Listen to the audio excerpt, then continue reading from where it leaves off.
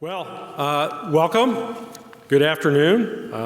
Welcome to session W15. Fukushima 15 years later, driving innovation in nuclear safety and preparedness. I know we've had a long conference already, but I hear a lot of positive energy from the different sessions. This session also brings a wealth of experience, and I'd like to say we're very fortunate to have such a distinguished panel today. My name is Mike Franovich. I'm the Deputy Office Director for the Office of Nuclear Reactor Regulation in NRC. And I am today's chair, but let me begin with a few administrative items. First of all, for housekeeping purposes, for a reminder, there is an actual Wi-Fi code. It is RIC 2026. It's RIC 2026. Please silence your electronic devices, and all sessions at the RIC are being recorded. There will be a question and answer session in this session in particular, so there will be a QR code, and we'll be putting up that QR code in a minute. The Q&A will be handled all electronically for folks who are here in the room and those folks who are online virtually participating. We'll get the QR code up there so that you all can take a scan if you're here in the room. I'll give you a second to do that. And all of our questions are going to be collated together with those of the virtual participants in the room so that we can prioritize them all at once. Now, that takes care of the administrative matters.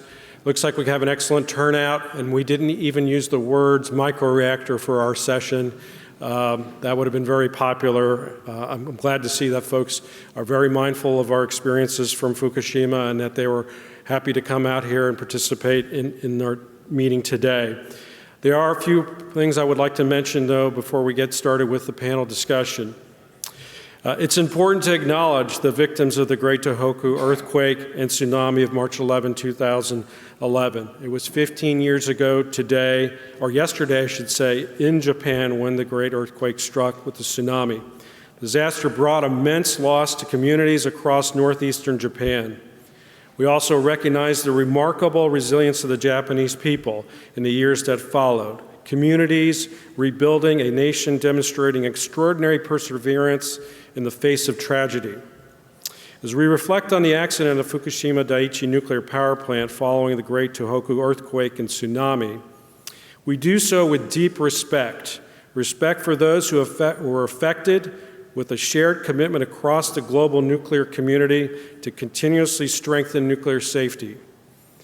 In the years since, the global nuclear community has translated those lessons into actions, strengthening plant resilience, enhancing accident management strategies, advancing regulatory approaches, and deepening international collaboration. These efforts have not only reinforced safety, but have also helped drive innovation and how nuclear technology is designed, operated, and regulated today. It has driven breakthroughs in safety, emergency preparedness, and regulatory frameworks. Today, as nations look to expand nuclear energy to meet growing demands for clean, reliable power, those lessons continue to inform a forward-looking approach to safety and innovation across the industry. With that said, it is now my distinct pleasure to introduce our esteemed panelists. So I will introduce all our panelists at once. Our first presenter today is Dr. Toyoshi Fuketa. Dr. Fuketa is head of decommissioning at the Nuclear Damage Compensation and Decommissioning Facilitation Corporation, or in short, known as NDF. He was a commissioner of the Nuclear Regulation Authority, NRA, in its founding in 2012, and later served as NRA chairman from 2017 to 2022. Before joining the NRA, Dr. Fuketa spent over 25 years conducting nuclear safety research, focusing on reactor fuel behavior during various accident scenarios. Currently, Dr. Fuketa is a senior researcher at the University of Tokyo, serves on advisory groups for IAEA and OECD, and chairs committees related to the Fukushima Daiichi accident at the NDF. Our second presenter today will be Dr. Tomoyuki Sugiyama. Dr. Sugiyama is Commissioner of the Nuclear Regulation Authority, serving in his current capacity since September of 2022. He previously joined the Japan Atomic Energy Agency and conducted reactor safety research. After the Fukushima accident, he engaged in discourses and implementation requirements of new regulatory expectations for power reactors and acted as an NRA safety reviewer for several years. Our third presenter today is Mr. Michael Nuckenhauer. Michael is Director General at SSM, the Swedish Radiation Safety Authority, overseeing nuclear safety, radiation protection, security, and nuclear non-proliferation. He joined SSM in 2014, serving in roles as Director of Nuclear Power Plant Safety and Director for Regulation and Knowledge Development. Michael brings over 40 years of experience in industry and regulatory activities, including time with a reactor vendor during major reactor commissioning work, and he also served in several positions at Lloyd's Registry Consulting, such as CEO in LRC Sweden and R&D Director. Our fourth speaker today will be Ms. Tia Bilic-Zabrich. T is Deputy Head of the Nuclear Safety Technology and Regulation Division at the Nuclear Energy Agency and has over 35 years of experience in nuclear plant operations and regulation. She has worked with various organizations and international agencies, including roles in 3 IAEA departments. That might be a record, actually. Contributing expertise in safety reviews, cultural programs, and regulatory capacity building, a very pertinent topic to what's going on in the nuclear enterprise today. T also has hands-on experience with SMR design and licensing experience with Rolls-Royce SMR and supports global safety deployment of SMRs in advanced reactors. Our fifth speaker today will be Mr. Doug True. Doug is NEI's Chief Nuclear Officer and Senior Vice President of Technical and Regulatory Services. With over 30 years in nuclear industry, Doug has shaped U.S. nuclear regulatory policy, including responses to major events such as the post-Fukushima work and post-9/11 work in the United States, and advancing risk-informed regulation. Prior to NEI, he was Executive Vice President at Jensen Hughes, leading its Power Services Group, one of the largest nuclear engineering firms. He has served on the NEI board since 2016 and contributed to organizations such as EPRI and IMPO. And I will finish out the panel discussion today. I have a new definition of efficiency, so I'm both chair and panelist. That's what we do in the NRC these days, or what I affectionately call other duties as assigned. With that, I also have over 35 years experience and have had numerous leadership positions over the preceding 15 years regarding Fukushima lessons learned in capacities both in the operating reactor and the small reactor fleet. I also was at one time the Deputy Director and the Acting Director of our Fukushima Lessons Learned Division. And with that said, I will turn over to our first presenter, Dr. Fuketa. Dr. Fuketa.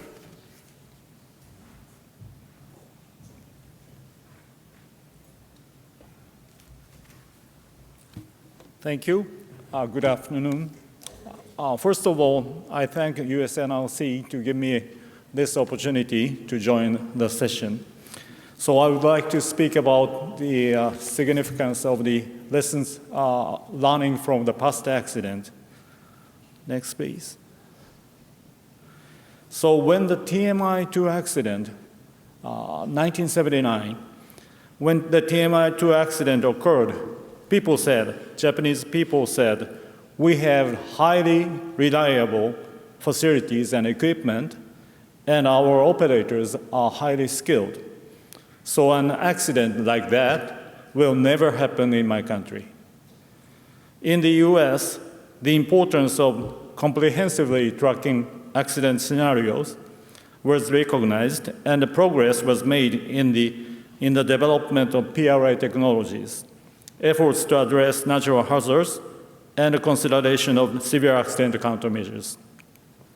However, these efforts were extremely slow to progress in my country. 1986, after the Chernobyl accident, people said, we don't have such type of the reactor in Japan. And also, there were no rule violations. So an accident like that will never happen in Japan. We failed to make progress on the continuous safety improvement and emergency preparedness and response. Next, please. So before the Fukushima Daiichi accident, we have quite confident about our knowledge, our awareness about the accident. We believe we have sufficient knowledge regarding nuclear power plant risk. But in reality, the accident revealed that there was critical gap in knowledge and risk awareness, and we had inability to take effective actions. Subsequent actions taken by the global nuclear community suggest there was an international consensus that additional actions were needed to enhance nuclear power plant safety. Next, please.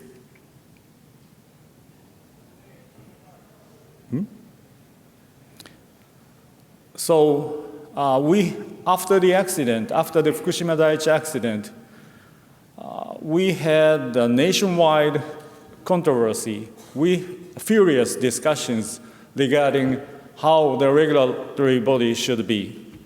So next year, the accident, the government of Japan established new regulatory body, NRA, Nuclear Regulation Authority.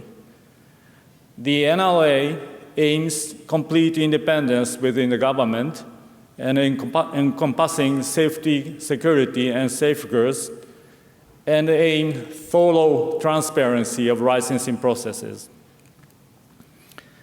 And in industries, they organize new organizations.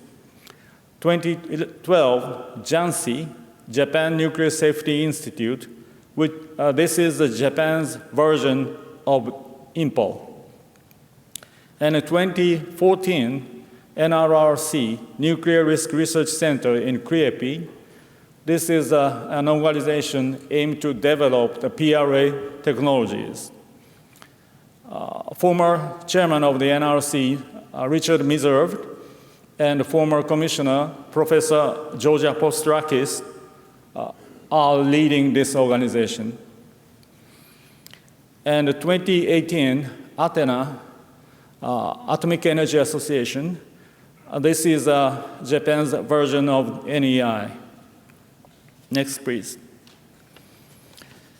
And in regulatory body, new regulatory requirements, enhancements, and backfitting were made for numerous points.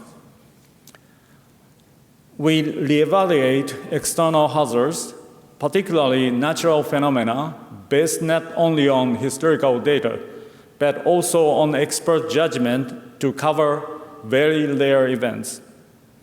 We reinforce specific requirements regarding internal fire and flooding, and require design provisions against prolonged station blackout and loss of ultimate heat sink, anticipated transient without scrum, loss of core cooling, and loss of reactor depressurization.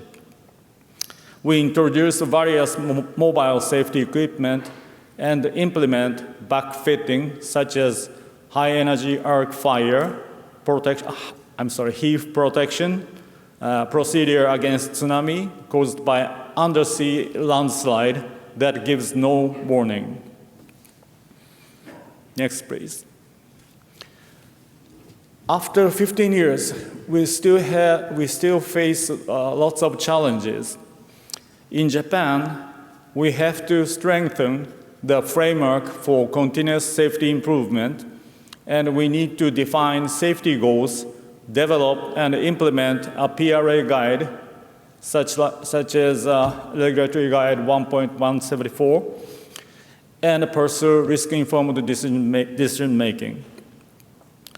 We also need to promote stakeholder engagement in this decision-making. And particularly for advanced system, we must establish a flexible yet robust framework for safety assessment And we need to track accident sequences unique to each design and use and validate PRA prior to construction and operation. We also deal with invalidation of traditional concepts and define defense in depth with new defense layer classifications. Next, please. And this is my last slide. My message today is that innovation requires strong and independent regulatory body. When we have under-regulation causes fundamental threat to market stability. It increases weakest link risk. A failure by a single poor competitor devastates the entire industry. So strong and independent regulator can provide objective evaluation of diverse technologies, ensure a level playing field to foster healthy competition, and enable the best concepts and companies to prevail. So that's all for my presentation. Thank you for your attention. Thank you. Thank you, Dr. Fuketa. Dr. Sugiyama?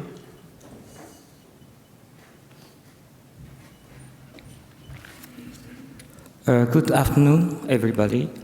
So it's March 11. This is very important date in Japan, and my NRA colleagues had ceremony, and our chairman, Yamanaka, made special address.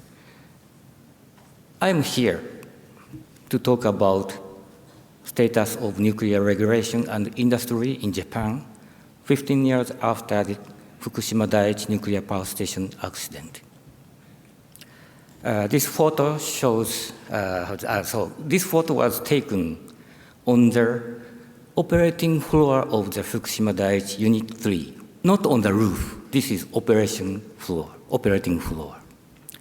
This is exactly 10 years before from now. Next, please. I show our primary lessons learned from the accident. As for plant design and countermeasures, so we had underestimated natural hazard, especially tsunami influence. And we had insufficient knowledge of phenomena and system response in accident. For example, transport feature of hydrogen and fission products, response of valves and the loss of power conditions, and so on. As for the off-site response, so it's so pity to have fatalities in elderly and care-needed people due to physical and mental stress by evacuation. Fatalities by evacuation.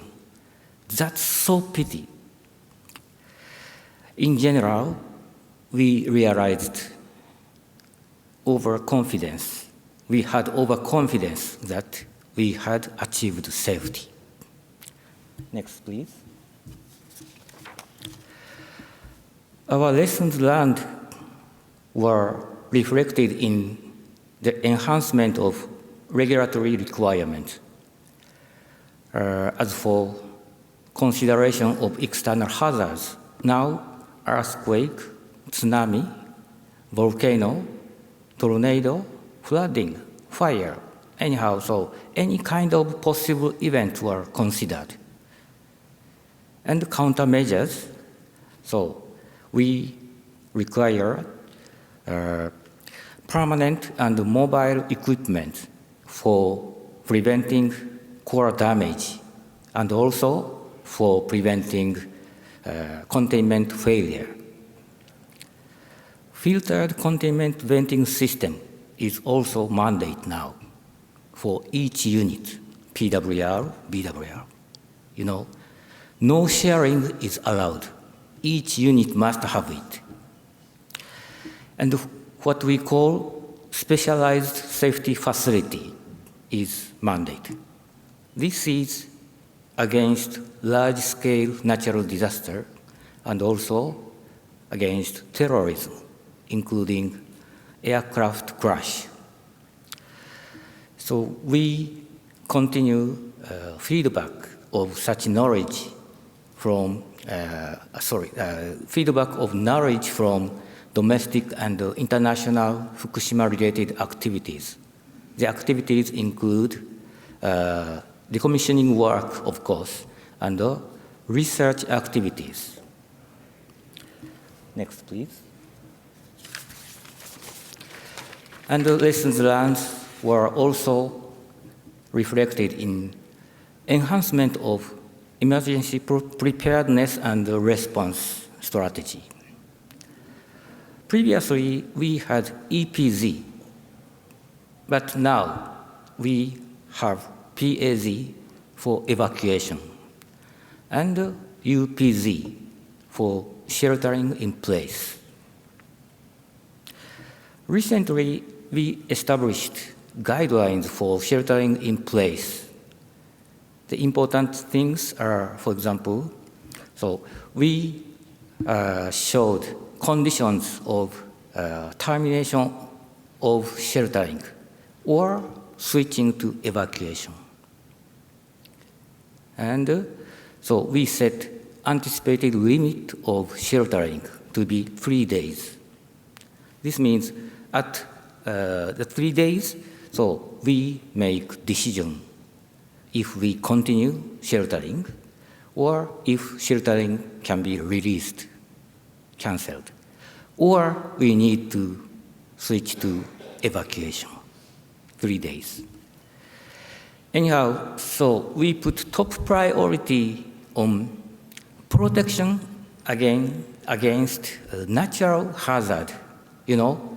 Radioactive influence is important, of course, but direct damage comes from natural hazard. That's a very important message from us. And we have ongoing optimization activity of EAL, emergency action levels, to avoid too early decision-making for protective actions. At this moment, so in our case, it's very easy to reach general emergency condition. But after that, people should, start evacuation or sheltering. But actually, plant did not reach core melting. So we need optimization. Next, please. And the present status in Japan. As for power reactors, 12 PWRs and 3 BWRs are in operation. And we have many units under decommissioning. And we changed the framework of safety review for long-term operation. Previously, from 2012 to 2025, so unit has 40 years limit of operating time. And one extension of 20 years was allowed, but now it changed. First 30 years, and after that, so maximum 10 years operation is, so that needs permission of us. So every time inspection and safety review is required. And 10 year, maximum 10 year, another 10 year, and the total duration is not defined by NRA. That is defined by promoting ministry, METI. And we changed inspection framework. So we introduced ROP in 2020. and still we are optimizing the system. Next, please. This is the last page to the future. So now in Japan, there is some plan of new building. At this moment, new building is allowed only for replacement. And now Mitsubishi's newly designed PWR SRZ 1200 is under discussion. This design has integrated specialized safety facility. That means the initial design already have such function. And application was not made yet, but now we have discussion before licensing process.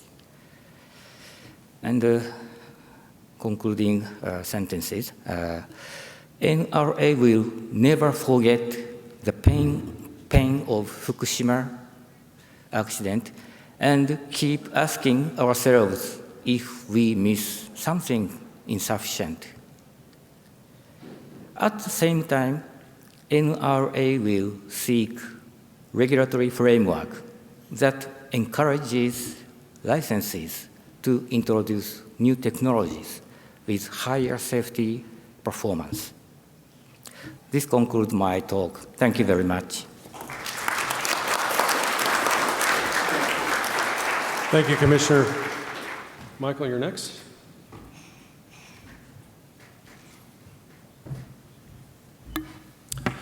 Thank you, Mike, and thank you to the NRC for inviting me to this important session. Good afternoon.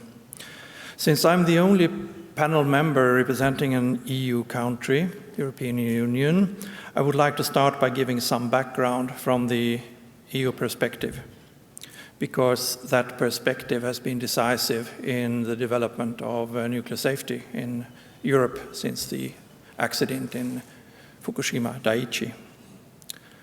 Next picture, please. So first of all, the stress tests. It's an EU invention, this concept, and it was invented during the global financial crisis of 2008, where banks in Europe were tested against extreme financial events. So the same concept was used for the Fukushima accident. So only 2 weeks after the Fukushima Daiichi accident, the European Union launched the stress tests. I should have looked there first. That's my overview. Please go to the next picture. So, for all nuclear power plants in the European Union, and it aimed at assessing the resilience of nuclear power plants against extreme, beyond design basis events, focusing on 3 areas. Extreme natural events, more extreme than plants had been assessed against previously, and also considering potential threshold effects. The extended loss of electrical power at ultimate heat sink, and defined for 72 hours, and severe accident management. The stress test in total covered 150 reactors. That means all reactors in the 15 EU member states and Switzerland and Ukraine in addition to that. It involved a self-assessment by plant operators, verification by national regulators, and peer reviews that were conducted in early 2012. They identified hundreds of safety improvements, and they were followed up by national action plans until around 2020. Overall, it's estimated that the costs of the safety improvements were around 10 billion euros across the EU. That's about the equivalent in dollars. Next picture, please. So the outcome of the EU stress tests, and now I'm focusing on Sweden. They confirmed, first of all, in Sweden, the importance of some major safety enhancements that were already in place and actually had been in place for quite some time. Thus, in the mid-80s, in response to the 3 Mile Island accidents, Sweden had implemented a severe accident management strategy based on ex-vessel core debris cooling, protection of the containment with a filtered venting system, and a containment spray system with independent water source. Therefore, improving severe accident management was not much of an issue in Sweden after Fukushima. Instead, the focus was on verifying robustness and capability of safety structures, systems, and components, and on strengthening preventive measures, defense in depth level 3, including the installation of an independent core cooling system. It was also designed as a bunkered system and totally independent in terms of water supply and power. This stress test also led to re-evaluation of severe external hazards, such as ice storms, snow loads, high winds, flooding, and introduced requirements for managing multi-unit events. Next picture, please. There were, of course, a lot of conclusions concerning emergency preparedness and response. And you will recognize some of what I say. It's in line with the presentation of Dr. Sugiyama.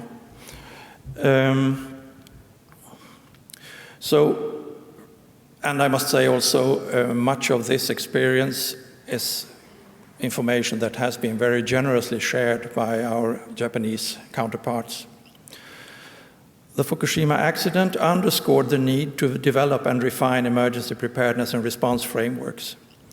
It's not self-evident, for example, how reference levels relate to the different phases of a nuclear or radiological emergency, particularly for emergencies that lead to very protracted exposures. Nor is it self-evident how reference levels relate to generic criteria for taking protective actions in general, or to criteria for taking individual protective actions. Not least, in the light of the significant difference in potential negative consequences associated with different protective actions, such as evacuation and sheltering. The ICRP framework defines 3 types of exposure situations: planned, existing, and emergency. However, determining when an emergency exposure situation ends and an existing or even a planned situation begins is not straightforward. Therefore, the transition from an emergency exposure situation to an existing or planned exposure situation remains a complex issue. Evacuation was identified as a critical but challenging protective measure. Evacuation requires significant preparedness to be implemented effectively in nuclear and radiological emergencies, while at the same time being associated with substantial negative consequences, both for individuals and for society as a whole. On the one hand, the need for short-term evacuation as well as the negative consequences of short-term evacuation can be reduced by emergency response planning. On the other hand, the negative consequences of long-term evacuation can only be marginally reduced by emergency response planning. Long-term evacuation therefore requires careful consideration and realistic estimates of potential exposures so that the decisions does not lead to more negative consequences, including health consequences, than the risk reduction in terms of reduced exposure to ionizing radiation. So a general approach to emergency preparedness recommended is to ensure flexibility in response, the unpredictable nature of nuclear accidents, such that the timing, the magnitude of the releases, the weather conditions require adaptable emergency plans that can be tailored to real-time circumstances. Next, please. A lot has also been learned about remediation planning. This planning following a nuclear accident involves a multifaceted and long-term process that extends beyond technical decontamination. In Sweden, lessons learned from Japan have informed the development of national strategies. You see a couple of publications there. Guidance and regional plans for remediation and recovery. Remediation work in Sweden is classified as a planned exposure situation, and it requires a license from the Swedish Radiation Safety Authority. Also, beyond technical cleanup, remediation efforts must address cultural and social dimensions. For example, prioritizing the decontamination of culturally significant areas and supporting local tradition, education, community activities can facilitate societal recovery. Also important is citizen involvement is a critical component in this process as it fosters trust, transparency, and community resilience. So, next picture, please. And this is a short example of citizen involvement with a disaster that has affected Sweden. 40 years ago, the Chernobyl accident, there were parts of central Sweden that received among the highest levels of contamination outside of the Soviet Union.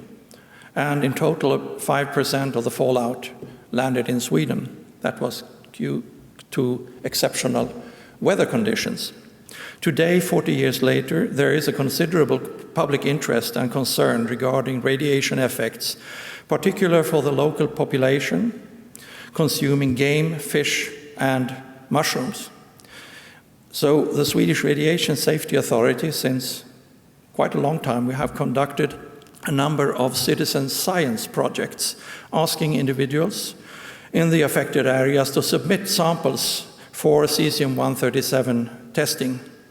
Participants receive personalized results, enabling them to make informed decisions about food consumption. Last year, the campaign was for mushrooms. This year, it was for fish, a lot messier. These projects have attracted high public and media interest, with results compiled into interactive maps to provide transparency and support informed decision-making. So these maps are on our website for anybody to watch. Next picture, please. And this is my final slide. So what have we done? So looking at new nuclear, you got a lot of background, but this has resulted in things, and one of them is implementation in regulations, and there are lots of examples, but some of them is RHR, taking into account single failures and loss of offset power, management of multi-unit events, areas for logistical support at emergencies outside of the site, loss of coolant in spent fuel pools, strengthening of power supply, and the decisions that were made, say ad hoc, on introducing the independent core cooling systems are now implemented in the regulations. So as we now consider new nuclear, which we do quite intensively, several key aspects have been identified to ensure enhanced safety and resilience. So including resilience by design, new reactors must be designed to practically eliminate early or large radioactive releases. Site selection. Future nuclear sites will undergo comprehensive evaluations of external hazards, ground conditions, emergency planning zones, and climate change impact over the plant's lifetime. International cooperation.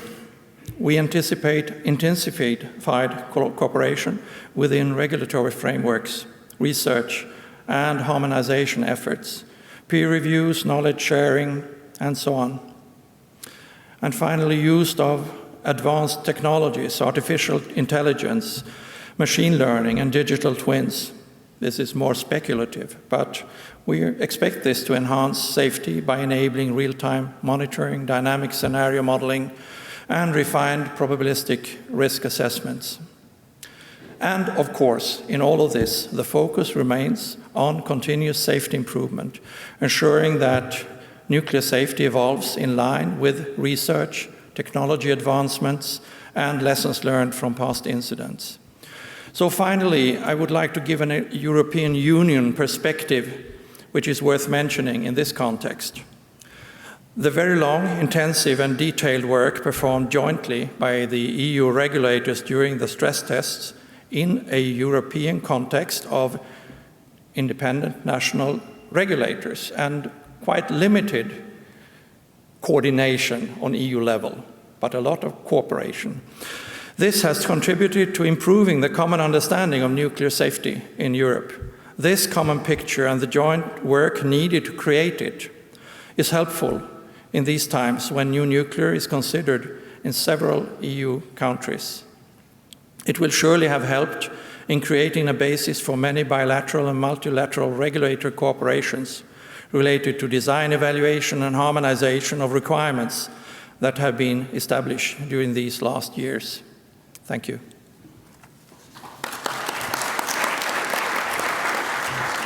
Thank you, Michael. T, please come up.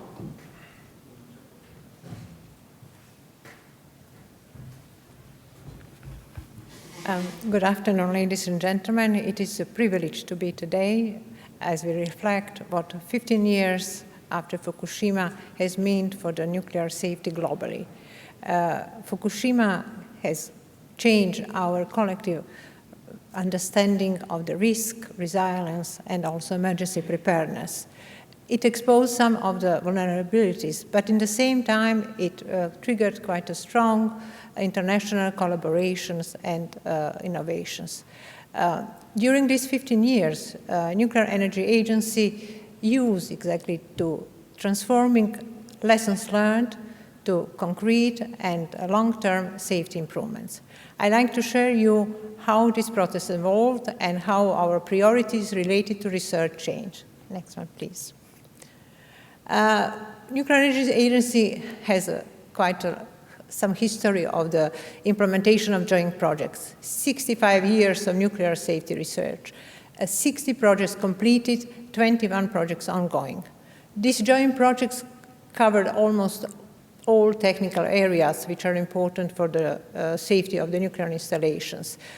Fuel, containment, thermal hydraulics, severe accident, fire safety, long-term operations. All these joint projects were a baseline to improve the codes and validation of the codes, to improve safety assessment, and also some procedures which was used by the operating organization. Now, please, next one. Yes, thanks.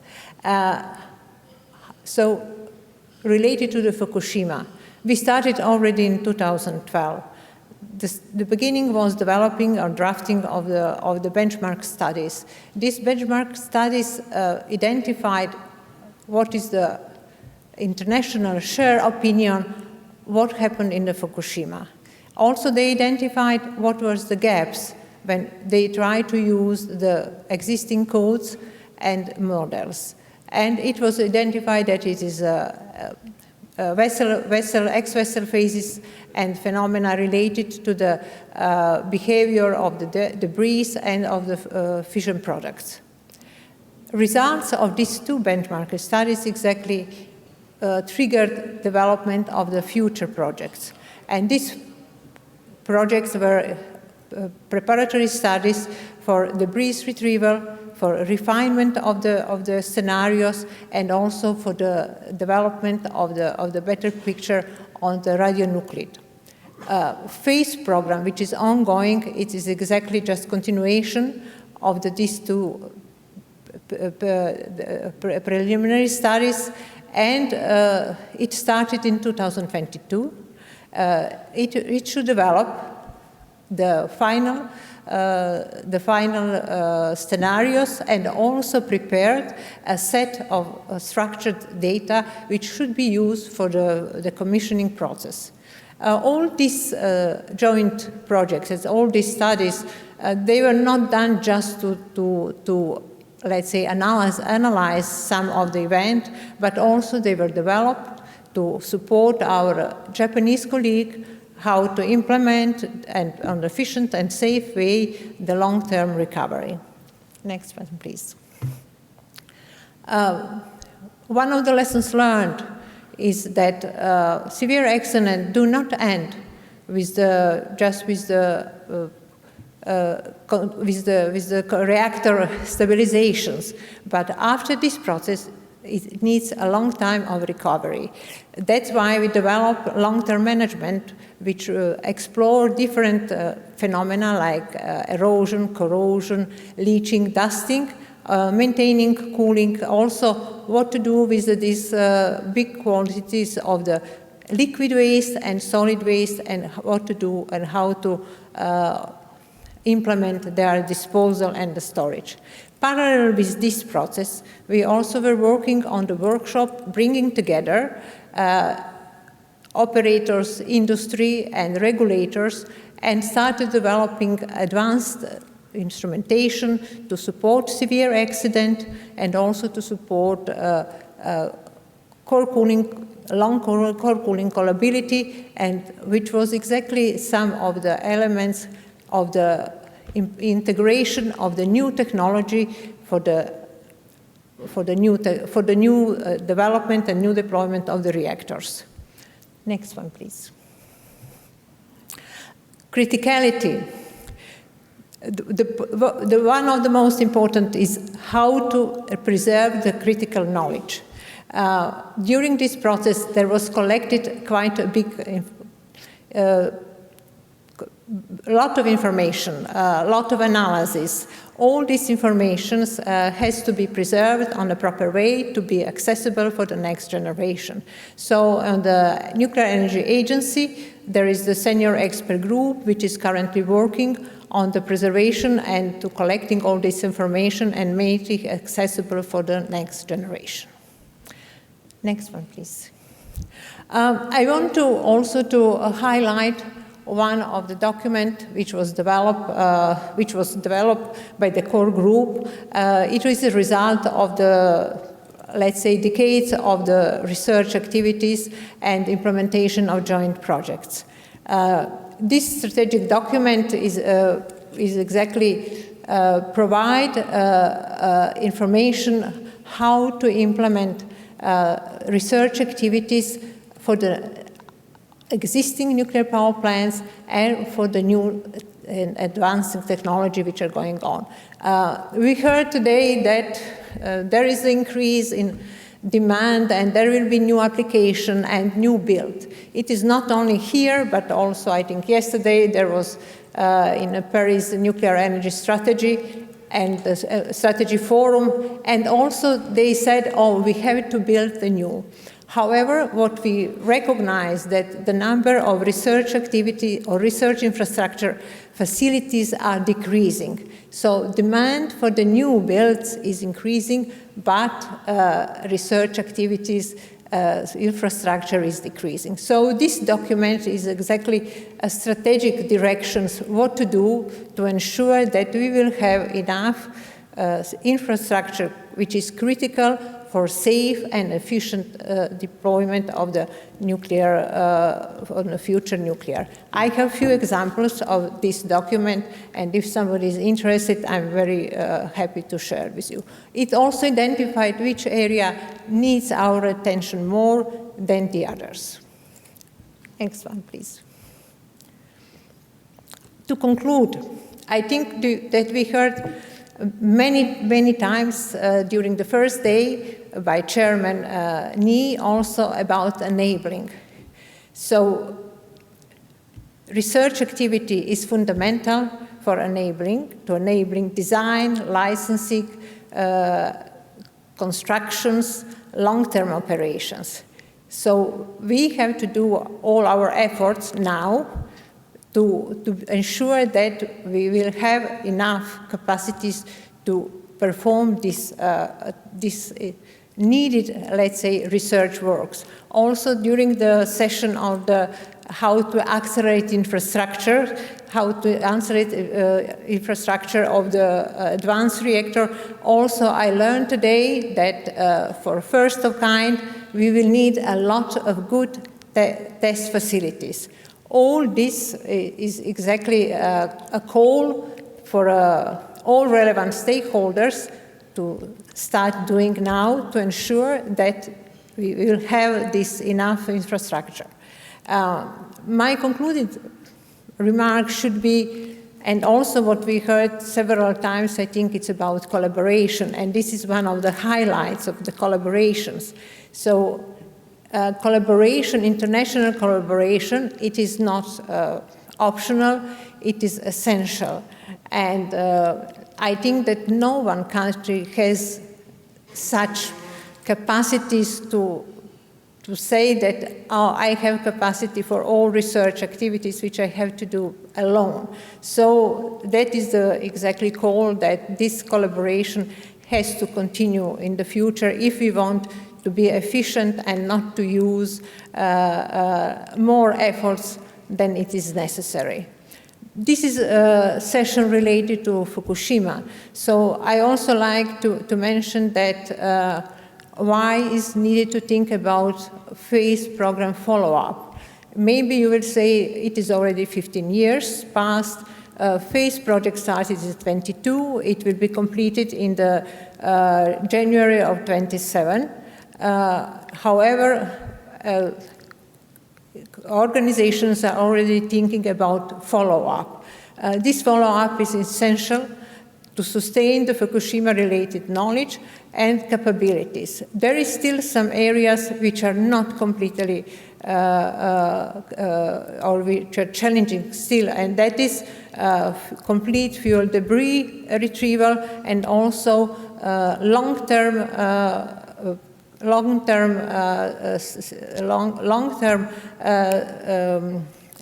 long-term way, what to do and how to dispose the radioactive waste, liquid and also solid.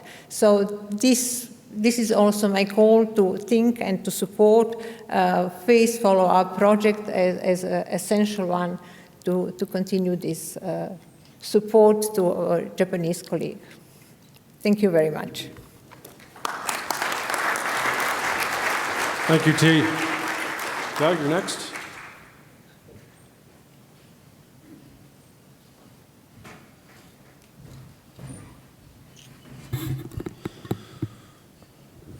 See if we can get that high enough.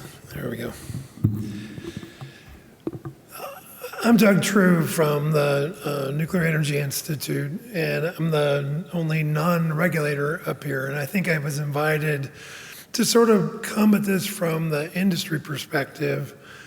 And I'll talk about the industry response, but I also want to kind of emphasize some of the things about the innovative and forward-looking aspects of today. Here we are 15 years after. As we've been going through these presentations, I decided to ad lib just a little bit and make this a little bit more of a personal description of my journey through Fukushima. And so a little bit of background. I started in the industry, despite my bio saying I only have 30 years of experience, back in the 1980s. And one of my first assignments was to work on a BWR level 2 PRA. So to study what happens in a boiling water reactor when the reactor core melts and gets released into the containment and otherwise. And it was the first time the industry had done a study like that. It was funded by the BWR Owners Group.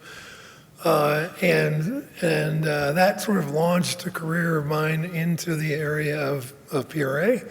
And over the next 30 years or so, I participated in PRAs in a number of forms for probably nearly half of the plants in the United States, either as a peer reviewer or actually leading some of the work.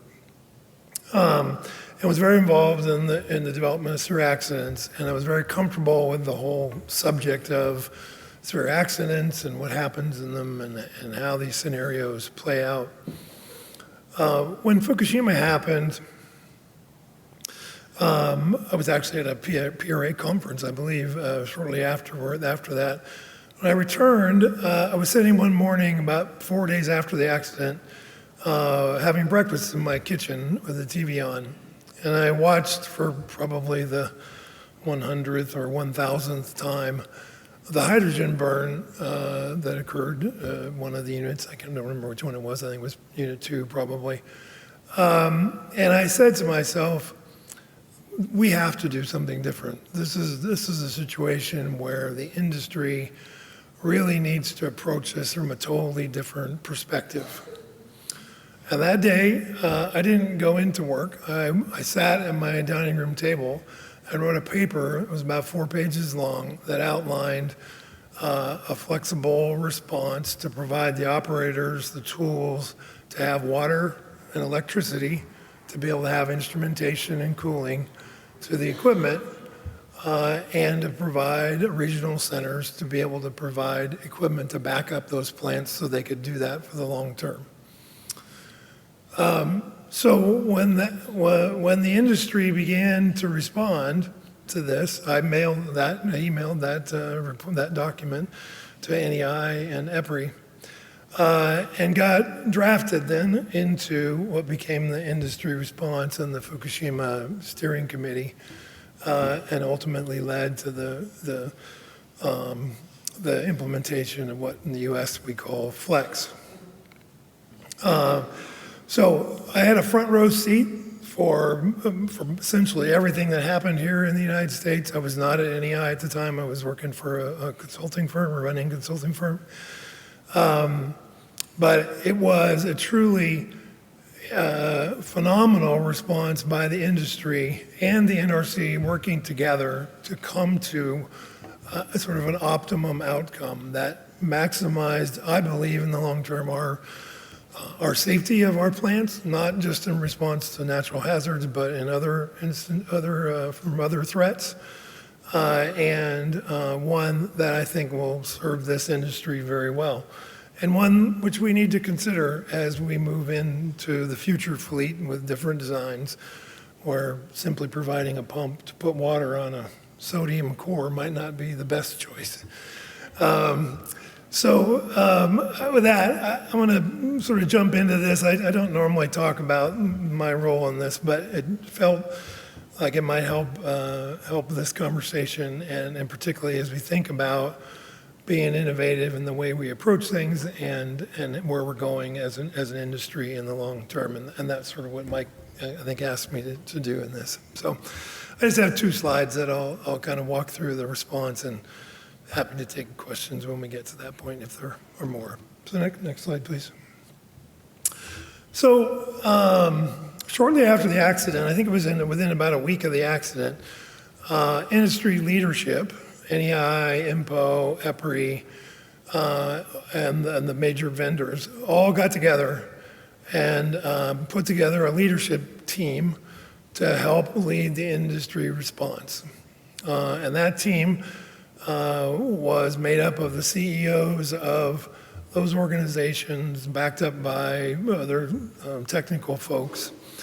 And their goal was to lay out what they called the way forward in a document to tell the industry and convey to the regulator, this is the way the industry thinks we should proceed. It wasn't in the technical detail of we need to have these kind of capabilities or those kind of things. It was more about what should our goals be of making sure that we're prepared for these kind of instances. It was about setting some guiding principles, about cooperation across the industry as the nuclear community in the United States. It identified the key stakeholders that we were going to need to work with, not just the NRC, but Congress and the public, to be able to communicate on these issues. And set up an industry leadership model to organize the overall industry response. And this was done, I think, within about the first 30 days after the accident. It was the first time the industry had ever mobilized itself in that kind of a way. Obviously, Fukushima was a unique event, but I don't, even if you go back to TMI, I don't think the industry was well enough organized at the time to be able to do that. But the organizations all came together and formed a Fukushima Response Steering Committee made up of chief nuclear officers primarily reporting to the CEOs of the respective organizations to oversee and coordinate and drive industry efforts to respond.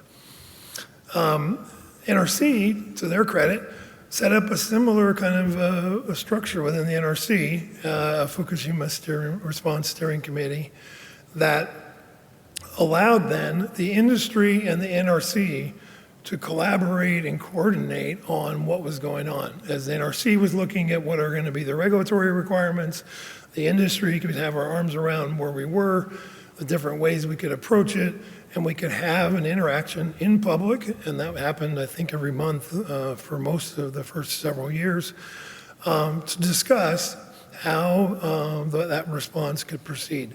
That was extremely innovative, in my opinion, from a regulatory and industry perspective. And I think it proved to be a highly effective model. We were able to move quickly through the rulemaking processes after the staff came out with their first report on what the actions that should be considered were. Industry was able to work with the NRC on how to stage that and work our way through those things. Some things turned out to not be as necessary as originally were thought. Other things we added to the list, actually, as we made progress and learned things. But I think it was just a really creative way for both the regulator and the industry to mobilize together, remain our own swim lanes. The regulator is still the regulator. They make the rules. The industry is the industry, and we comply with those rules. But it created an ability for us to move at a pace that I don't think we could have ever done before. And if you look back at 3 Mile Island, we were still doing 3 Mile Island mods 25 years after the accident or something. And so I think it really helped us work as an industry towards a much safer state, which was what everybody was interested in getting to. Next slide. So what that looked like, and I didn't go into a lot of detail on all these things, but I think I wanted to hit kind of on some of the essential things. And I talked originally about bringing INPO and EPRI and NEI together on that steering committee and having the buy-in from the CEOs of those organizations. It was really important because INPO took on the role right out of the blocks of going out to every plant and having them rebaseline and confirm what their existing capabilities were. How long could they cope with loss of offsite power or a full loss of all AC power? What kind of capabilities did they have? What kind of flood protections did they have? What condition were they in? NRC came along later and did their own inspections, and we ran it through the regulatory processes.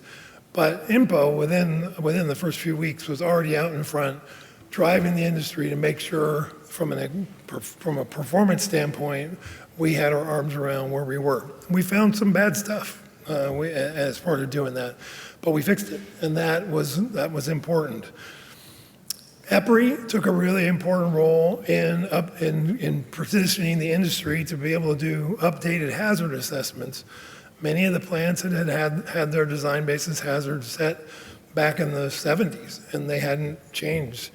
And so it was time to go back and revisit those, whether it was seismic or flooding or otherwise.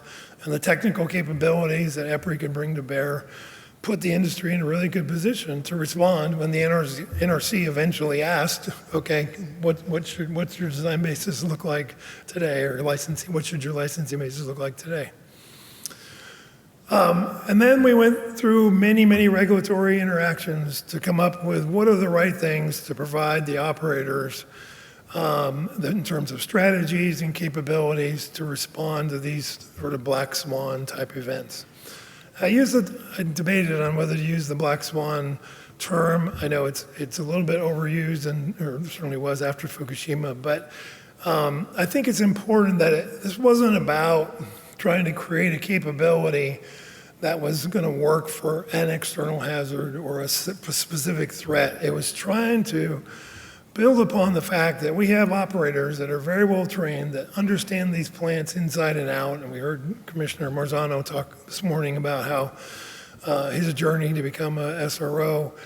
But give them the tools so that they can know what's going on, They have the ability to power things, and they have water available to be able to provide the cooling that would be needed.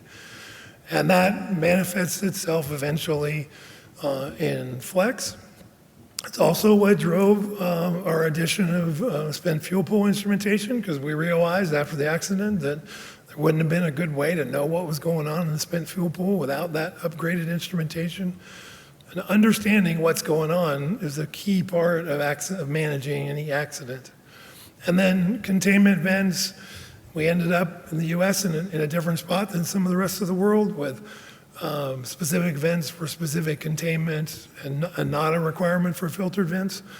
But we added other capabilities to make sure that we had a mechanism to manage those events and reduce the risks. And then the last thing I wanted to bring up that is probably off of most of the industry's radar today is that we established an emergency event response framework that had a role for EPRI, IMPO, and NEI in responding to any kind of emergency event. Because what we learned in Fukushima was we weren't ready as an industry to figure out how to respond, how to help even. When the Japanese called and asked for supplies, we didn't really have a good mechanism to try and do that. As we put together Flex and the Regional Response Center and committed all the plants to having a common way of doing that, we realized we needed a common way to manage those kind of incidents. And that system still exists today. It's tested. Fortunately, we haven't had a real event where we've had to exercise that. But as we look again now to the future, we're going to have to bring new features into that. We're going to have some microreactors distributed around the place. We're going to have some non-light water reactors rolling out here. And we're going to need a means to have an ability to muster the industry resources to support that. And that's a conversation that's going on today as we turn the corner into this new future of advanced reactors. But again, when I go back to kind of my closing line here, that the focus of this was delivering tools so that, and putting in place protections so that we were really ready and prepared for any kind of a future event, not just what happened at Fukushima or what we could think of ahead of time. It was intended to provide that toolbox to support our response in any future event that were to occur. With that, I probably took more than my time. Thank you, Doug.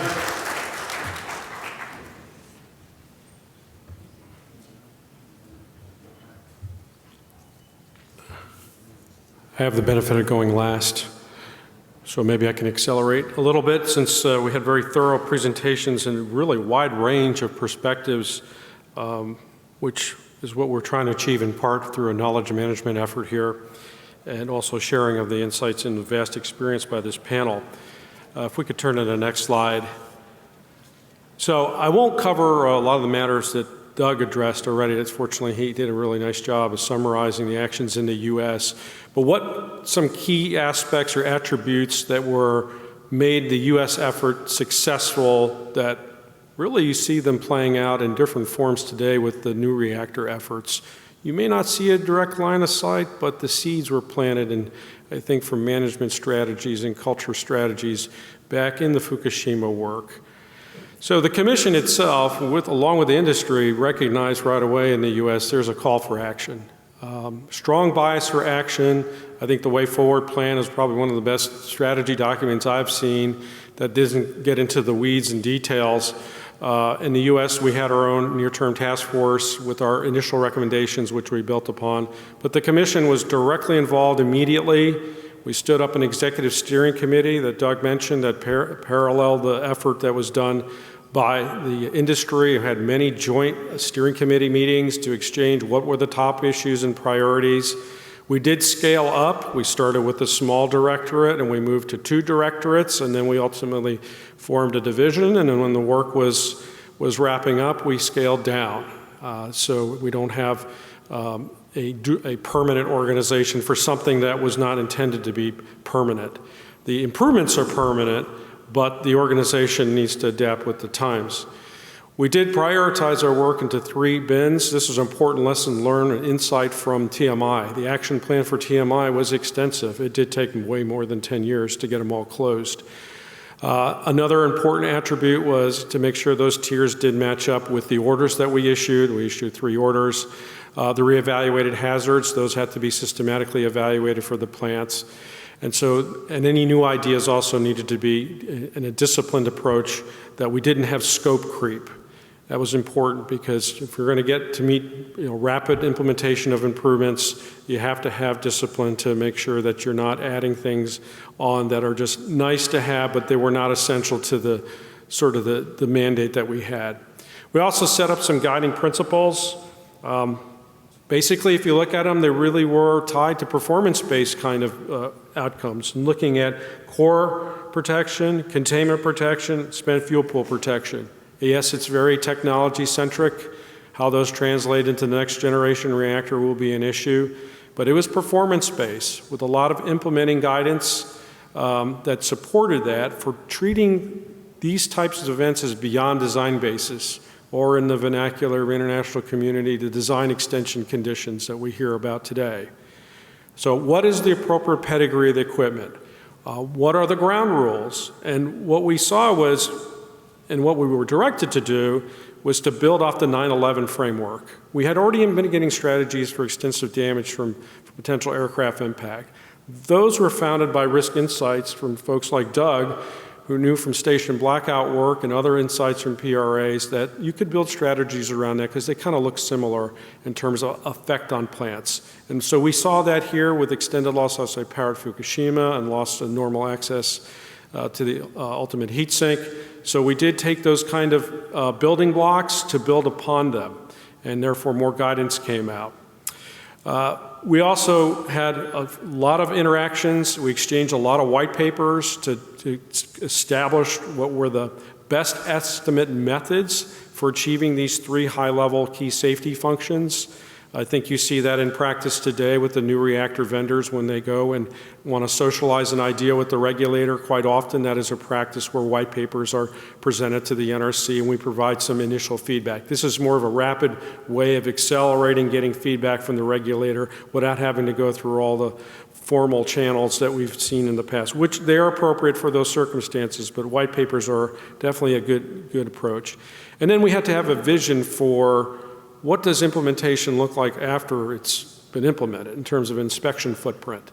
So we did a lot of piloting and laying out the footprint for the inspection program, and we did learn that there is a burn-in period for new equipment and operator knowledge. So we did observe some equipment reliability issues, so did the industry. We worked together, and actually they stood up an additional committee to deal with those very specific operating experience issues and knowledge management. Some stations were on their 5th and 6th managers for the Fukushima equipment, the mitigating strategies equipment.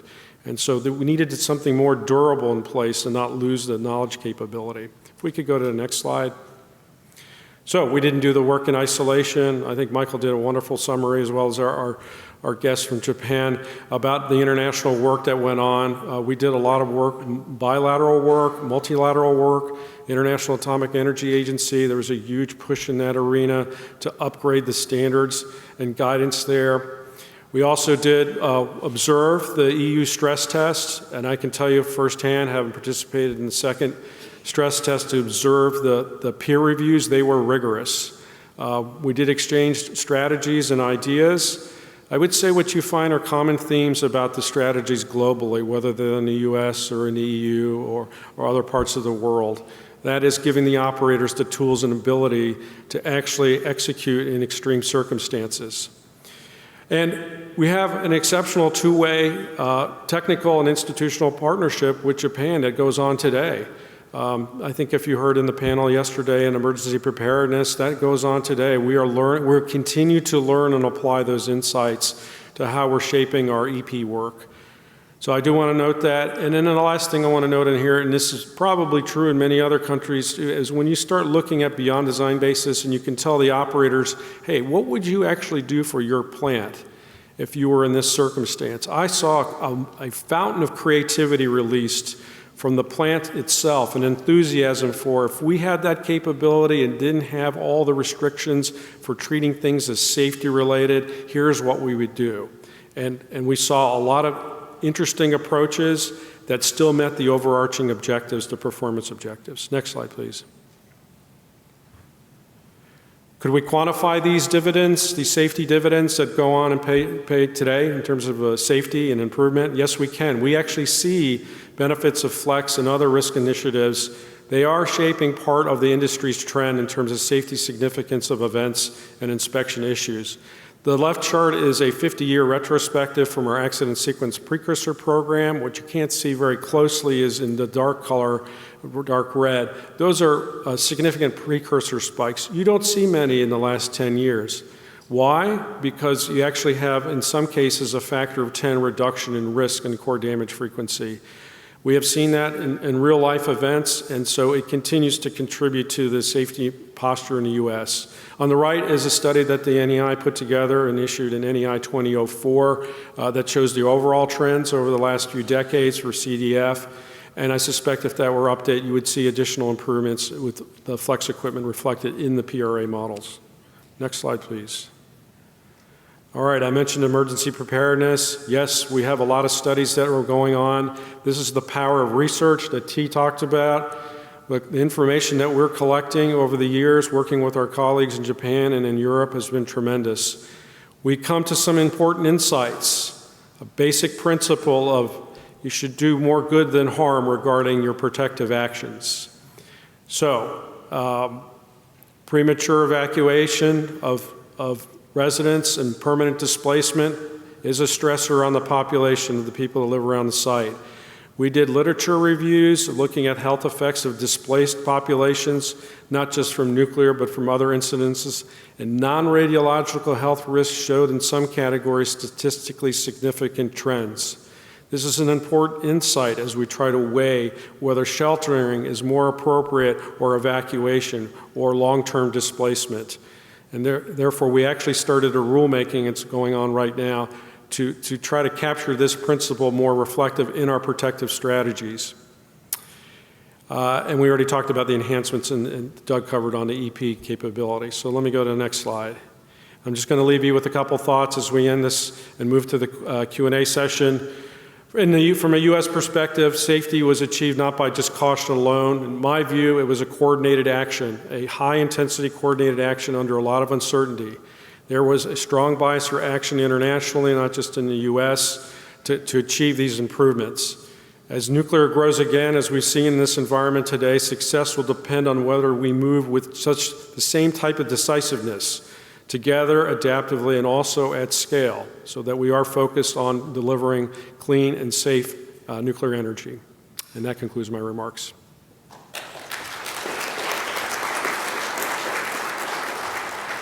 We'll now move to the Q&A session. I apologize, but we only have about 12 minutes here, and there were a number of questions that rolled in.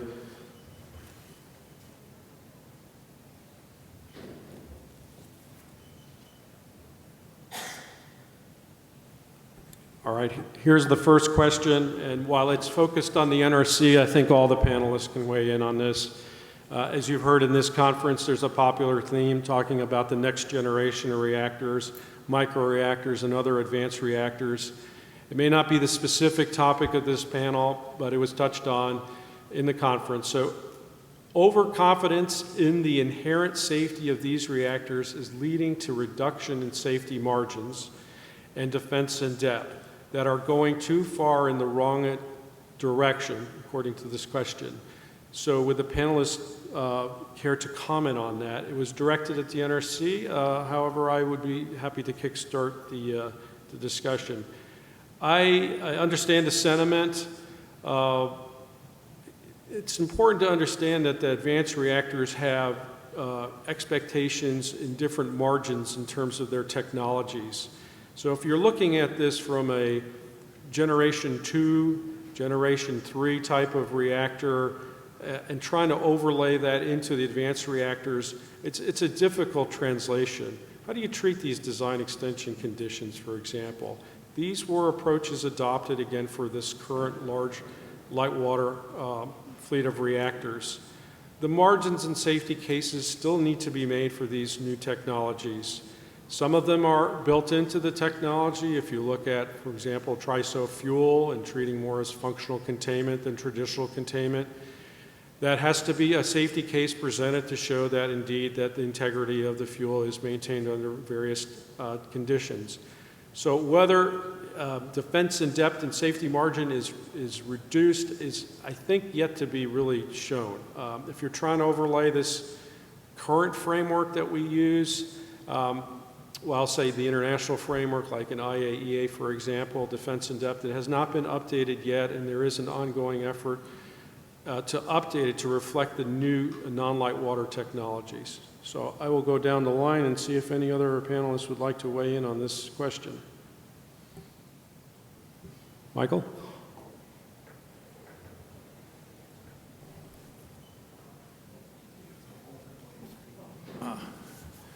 It's like, I don't know what's it in like in the trains, you have to keep it pushed in order to keep it going. Okay, I think yes, overconfidence, or maybe some kind of a feeling that this is something completely different and therefore warrants maybe a lower level of protection or whatever exists. I see that, or we see that from the Swedish Radiation Safety Authority, maybe in some of the stakeholders approaching us with new designs, and well, this should be simpler. It should be simpler to have it licensed because it's so much safer. I think this all boils down to radiological acceptance criteria and an assurance that you give the equal protection to the individual who is subject to whatever might happen at these reactors. So in one way, I think it can be handled quite formally in that way. Any others? T? Yes, just very often you heard that, oh, this is the new technology. We don't have to look at what happened in the past or something like this. Very often it is also the questions how we are going to prove the functionality. Is it enough to be only analytical part, or we need to go to some testing and more experimental? Of course, experimental is always cost, and it's always some kind of the balance between these two. But I think as a certainty is bigger, you have to go more to the testing. And I think that in general, regulatory body is also maybe sharing this kind of point of view. But this is one of the way how to understand this.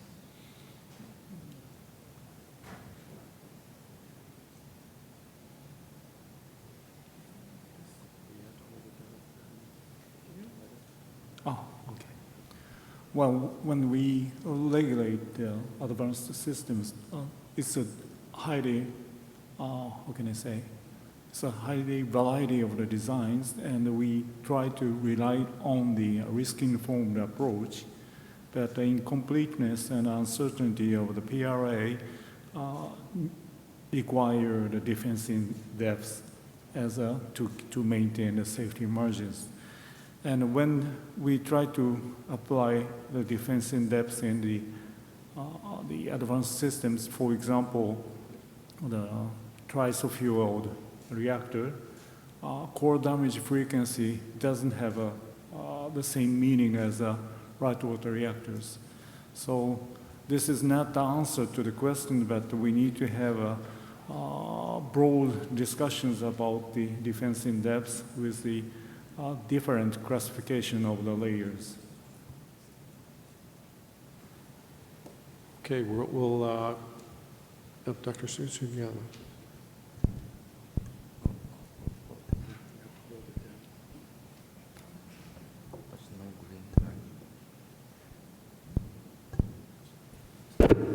It's working.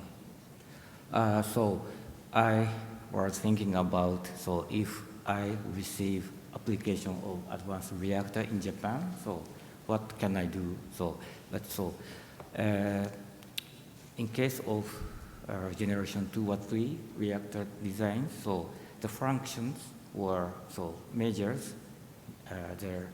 So the effect was, how can I say, proven.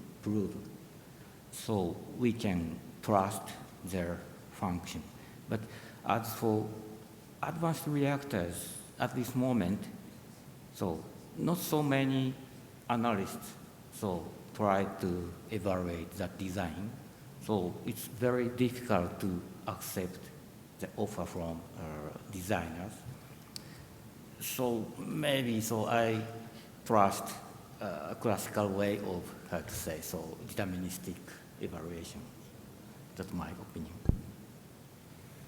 Fantastic. Okay. Somewhat building on this theme, we have another question. And given the vast experience of this panel in dealing with Fukushima matters as well as other matters,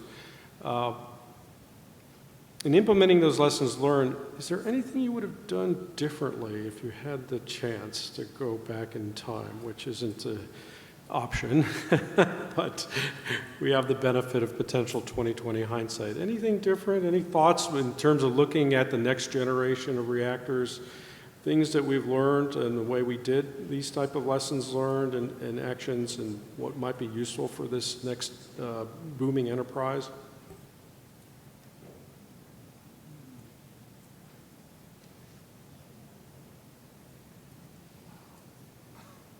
I know it's not an easy question. I'll offer one just to start while you're thinking about that. From my perspective, we moved on a trajectory that started with risk insights, went largely kind of deterministic in strategies, but a number of plants in the US did apply risk insights to try to develop their strategies, especially if they had unique external hazards. However, a product came out a little late into the program. It was 2 products from NEI to help promote optimization of the flex equipment. Were there other smart, intelligent mods that could be done at the plants that dealt with other hazards while you were building this diverse capability? And some plants did adopt it. However, in retrospect, it would have been probably ideal if we started with that in parallel as a voluntary incentive. We supported this effort later on, the NRC, and plants moved that direction as a voluntary incentive. And part of it was not only to improve safety, but in many of our risk management programs, you get a return on that. You get more operational flexibility. And so that is one area I would have hoped, if I had my ability to go back in time, that we had a more integrated approach at the beginning with the more of incentive-based approach to drive for more enhancements. Just one thing, I think very often we don't look into the lessons learned. We very often we think, it's not something what is applicable. I think that even today we learned at too much time. So I would say that even for the advance and everything, we have to look at maybe even a little more far away to what happened and what is the lessons learned, not maybe just the recent. So I would suggest all the time, this is really an activity which is needed to be done more carefully.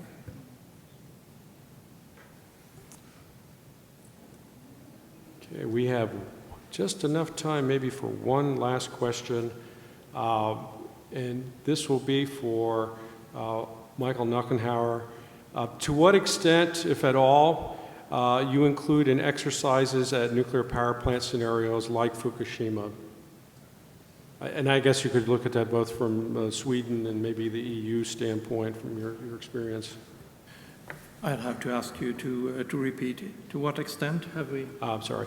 To what extent, if at all, do you include exercises at nuclear power plants? And I think what they're getting at is emergency exercises for scenarios that emulate or like the Fukushima scenario where they're beyond design basis.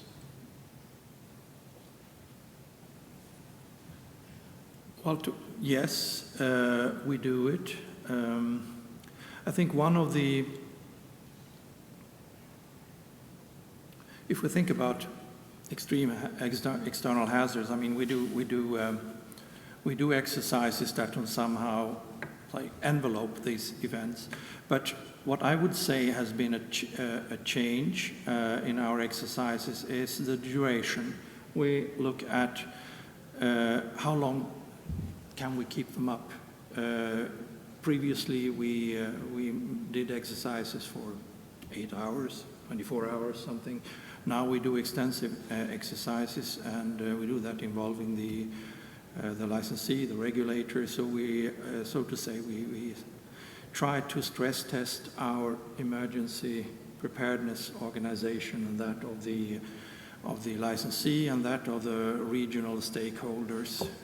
That, I would say, is definitely something we do differently than we did before. Excellent.